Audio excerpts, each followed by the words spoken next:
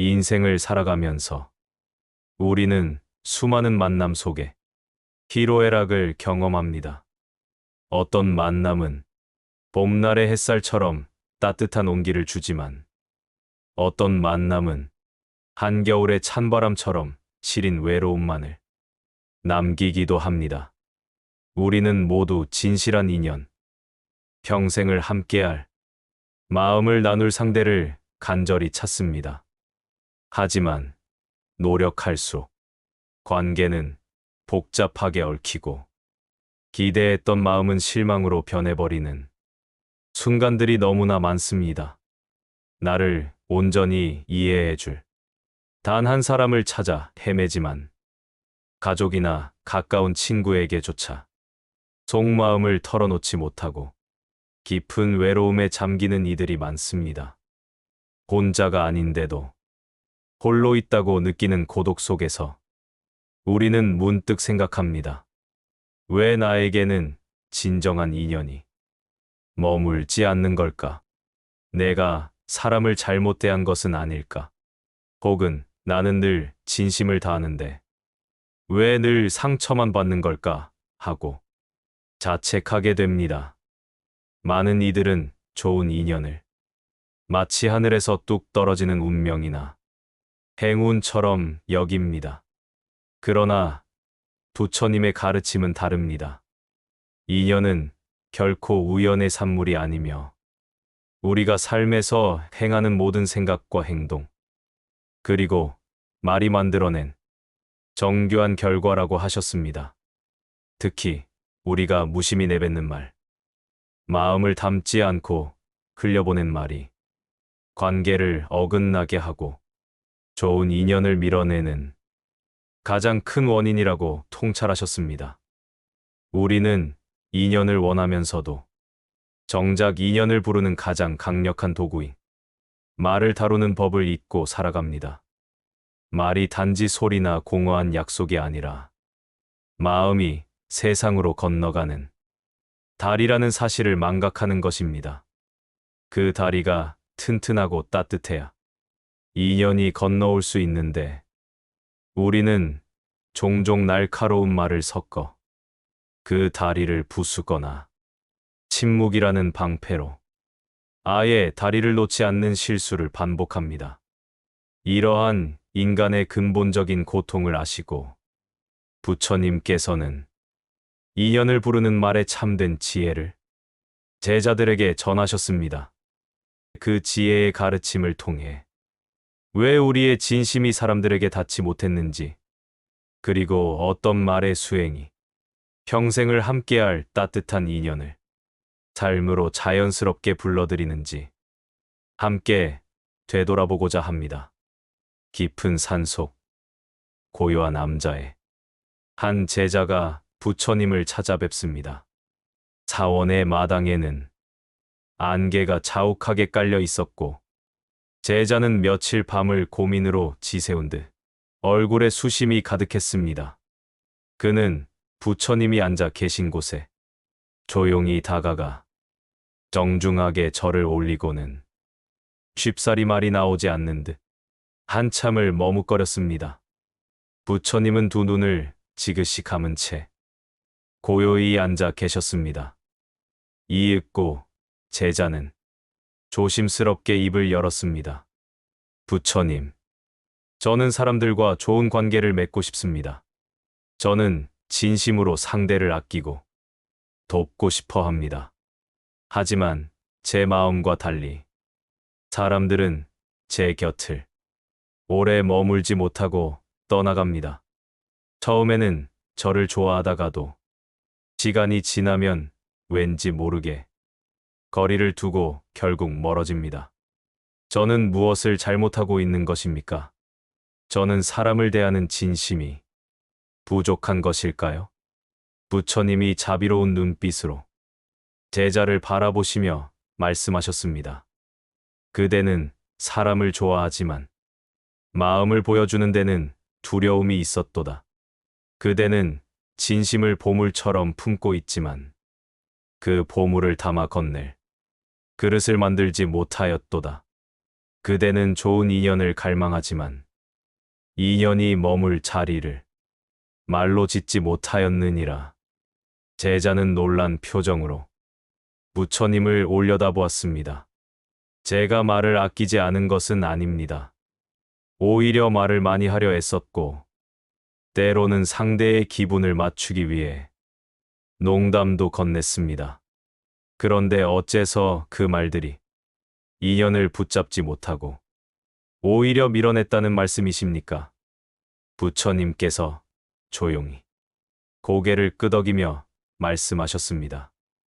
말은 껍데기가 아니라 마음의 씨앗을 담는 흙과 같으니라. 그대가 아무리 좋은 씨앗을 가졌더라도 흙이 메마르거나 독을 품고 있다면 그 씨앗은 싹을 틔울 수 없도다. 그대의 말이 마음을 건네는 달이었어야 했는데 그 달이 대신 스스로를 가두는 성벽이 되어버렸느니라.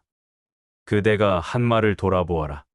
그 말 속에 상대를 향한 배려와 존중이 있었는가? 아니면 혹시 상처받을까 두려워 숨긴 그대의 불안과 자격지심이 섞여 있지는 않았는가? 사람들은 그대가 전한 내용보다 그 말에 담긴 마음의 진동을 먼저 느끼기 때문이니라. 어떤 상인이 아주 먼 바다를 건너 최고의 향신료를 구해왔느니라. 그는 그 향신료를 값비싼 비단 주머니에 담았지. 그런데 그 비단 주머니를 묶는 끈이 작아서 약해져 있었다네. 상인은 끈이 약하다는 것을 알았지만 주머니가 워낙 귀하여 끈을 바꾸는 것을 차일피일 미루었지. 마침내 그가 사람들에게 향신료를 보여주려 했을 때 작은 끈이 끊어지면서 귀한 향신료가 땅에 쏟아져 바람에 날아가 버렸느니라. 그 향신료가 그대의 진심이라면 그 작은 끈은 곧 무심한 말이었도다. 아무리 좋은 마음을 가졌더라도 그것을 전하는 말이 약하거나 서툴다면 그 진심은 사람들에게 닿기 전에 사라지거나 왜곡되고 마느니라. 인연은 이처럼 마음의 무게를 견디는 말의 끈에서 시작되느니라. 제자는 그제야 자신의 실수를 깨닫고 깊이 고개를 숙였습니다. 자신은 진심만을 믿었지. 그 진심을 담아내는 말의 수행에는 게을리했다는 것을요.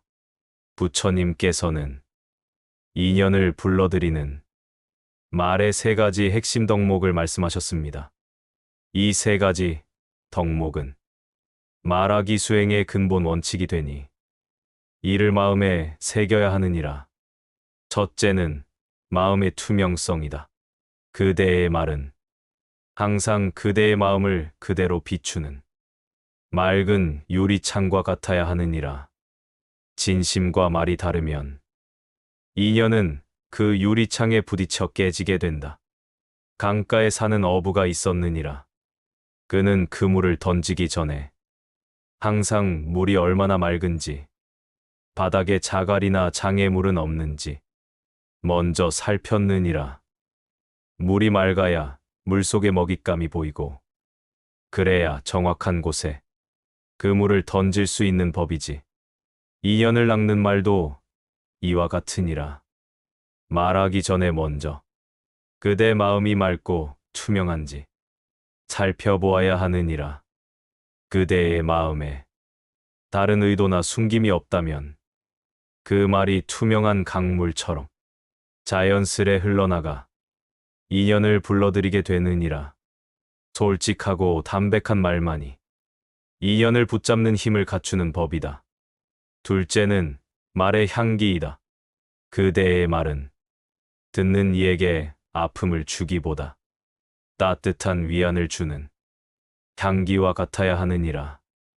말은 칼처럼 날카로울 수도 있고 꽃처럼 부드러울 수도 있으니 그대의 말은 늘 위로와 자비의 향기를 품어야 하느니라. 부처님이 다시금 부드러운 목소리로 말씀하셨습니다. 어떤 이가 귀한 보석을 가졌느니라. 그 보석은 보기만 해도 마음이 즐거워지는 빛을 지녔지. 그런데 그 보석을 담아둔 함이 오래되어 귀퀴한 냄새를 풍겼느니라. 보석을 보여주려 함을 열 때마다 사람들은 그 빛보다 먼저 귀퀴한 냄새 때문에 인상을 찌푸리게 되었지. 그 보석이 그대의 지혜와 선한 의도라면 그 귀퀴한 냄새는 곧 거친 말이나 냉정한 어투와 같도다. 아무리 좋은 말을 하더라도 말의 향기가 맑지 못하면 그 뜻은 왜곡되어 상대에게 닿지 못하느니라. 인연은 좋은 말에 기댈지언정 거친 말에는 오래 머물지 못하는 법이니 그대는 말의 향기를 맑게 다듬어야 하느니라. 셋째는 침묵의 지혜이다. 말이 인연을 부르는 도구이기는 하나 때로는 말을 아끼는 침묵이야말로 가장 깊은 인연을 맺는 근본이 되느니라. 모든 것을 말하려 하지 말고 말해야 할 때와 멈춰야 할 때를 분별해야 하느니라. 부처님이 고요한 미소를 지으시며 제자에게 가르치셨습니다. 깊은 산속에 작은 폭포가 있었느니라. 폭포는 끊임없이 물을 쏟아내며 큰 소리를 냈지. 많은 새와 짐승들이 그 소리 때문에 폭포 가까이 오기를 꺼려했느니라. 그런데 그 폭포 옆에는 작은 연못이 있었네. 그 연못은 물이 가득 차도 넘치지 않고 고요했지. 연못에는 잔잔한 파문조차 없었으며 주변의 새와 짐승들은 그 고요함 속에서 목을 축이고 쉬었느니라. 폭포의 소리는 지나친 말과 같고 연못의 침묵은 지혜로운 고요함과 같도다. 말할 필요가 없는 순간에 말을 쏟아내는 것은 인연을 시끄럽게 만들지만 고요한 침묵은 상대의 마음이 쉴 자리를 마련해 주느니라.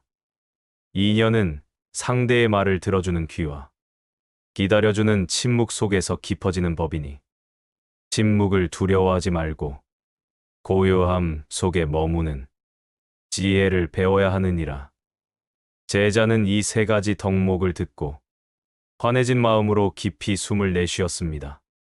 그는 그동안 인연을 잃을까 두려워 더 많은 말을 하려 했고 그 말이 오히려 거친 향기와 시끄러운 소리를 내어 사람들을 멀어지게 했다는 것을 깨달았습니다. 부처님께서는 이제 이 세 가지 덕목을 삶에서 실천할 구체적인 행동 원리 세 가지를 일러주셨습니다. 이 원리들은 그대가 일상에서 말을 통해 좋은 인연을 짓고 복을 부르는 가장 단순하고 분명한 길이니라. 첫 번째 실천 방법은 감사의 언어를 징검다리 삼아라이다. 삶에서 만나는 모든 인연에게 감사할 것을 찾고 그 감사를 말로 표현하여 관계를 연결하는 징검다리를 놓아야 하느니라. 부처님이 설명을 이어가셨습니다. 사람들은 종종 자신에게 부족한 것, 받지 못한 것에만 초점을 맞추곤 한다. 그러나 그대의 곁을 지나는 모든 인연은 어떤 형태로든 그대의 삶에 도움을 주고 있느니라. 이 당신 덕분에라는 말은 상대의 존재 가치를 인정하는 가장 아름다운 울림이니라. 감사함이 담긴 말은 인연의 끈을 단단하게 이어주어 그 말을 들은 사람은 그대에게 마음을 열고 오래 머물고자 하느니라. 하루에 3번 반드시 진심을 담아 감사의 말을 건네도록 하라. 두 번째 실천 방법은 마음의 지도를 읽어주는 말이다.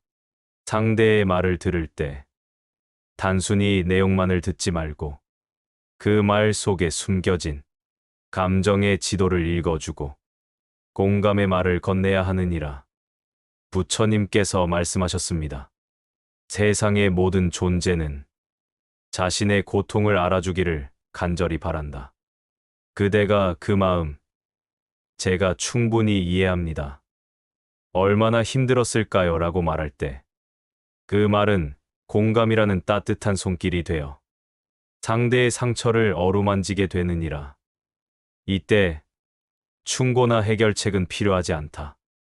오직 그 마음을 있는 그대로 바라봐 주는 존중만이 필요할 뿐이다. 사람들은 자신을 이해해 주는 단 한 사람의 곁에 영원히 머물고자 하니 그대의 말을 통해 상대의 마음속 외로움에 공감하고 위로를 건네도록 하라. 이해한다는 말은 인연을 가장 깊은 곳으로 인도하는 길잡이가 되느니라. 세 번째 실천 방법은 축복을 심는 말이다. 누군가를 비난하거나 단정짓는 대신 상대가 가진 선한 잠재력을 믿어주고 그 잠재력을 키우는 축복의 말을 심어야 하느니라. 어떤 농부는 밭을 돌며 이 꽃은 곧 아름다운 향기를 피울 거야. 이 열매는 달고 건강하게 자랄 거야 라고 축복의 말을 건넸지. 그러자 그의 밭은 풍요로운 결실을 맺었느니라. 말은 이처럼 생명력을 지니고 있어. 그대가 인연에게 건네는 말은 곧 상대의 삶에 심는 축복의 씨앗과 같도다. 괜찮습니다. 당신은 잘 해낼 것입니다. 라는 이 짧은 말은 절망에 빠진 이에게 다시 일어설 용기를 주며 그 인연은 그대를 평생의 은인으로 기억하게 되느니라. 상대의 잠재력을 믿고 축복하는 말을 자주 사용하라. 지금부터 두 가지 이야기를 들려주겠다. 제자는 두 손을 모아 부처님의 다음 가르침을 경청할 준비를 했습니다. 이 이야기는 말의 힘이 어떻게 인연의 길을 만들고 삶을 바꾸는지 보여주는 거울과 같으니라. 첫 번째 이야기는 산 메아리의 진실에 관한 이야기이니라. 아주 먼 옛날 깊은 산 속에 홀로 사는 한 아이가 있었느니라. 아이는 외로움에 지쳐 늘 투덜거리고 불평하는 말을 입에 달고 살았지. 어느 날 아이는 산을 향해 나는 외로워. 나를 싫어하는 사람만 가득해. 라고 소리쳤느니라. 그러자 산은 아이의 말 그대로 외로워. 싫어하는 사람만 가득해. 라고 메아리로 되돌려 주었지. 아이는 서러움에 울다가 힘없이 중얼거렸습니다. 혹시 나에게 좋은 사람은 정말 없는 걸까? 그때 산은 조용하지만 분명하게 정말 없는 걸까? 라고만 되돌려 주었습니다. 아이는 무언가 깨달은 듯 깊은 침묵에 잠겼습니다. 그리고 잠시 후 아이는 용기를 내어 산을 향해 크게 외쳤습니다. 고마워. 덕분에 힘이 났어. 그러자 산은 즉시 고마워. 덕분에 힘이 났어 라고 기쁘게 화답했느니라. 부처님이 자비로운 미소를 지으시며 제자를 바라보셨습니다. 인연은 산에 부딪혀 돌아오는 메아리와 같아서 그대가 세상에 어떤 말을 던지든지 그 말의 에너지와 모양 그대로 다시 그대에게 돌아오느니라. 불평과 비난을 던지면 관계는 차가운 메아리가 되어 그대를 외롭게 할 것이고, 감사와 사랑을 담아 던지면 따뜻한 메아리가 되어 그대를 감싸줄 것이니라. 좋은 인연을 만나고 싶다면 먼저 그대가 좋은 말을 던지는 사람이 되어야 하느니라.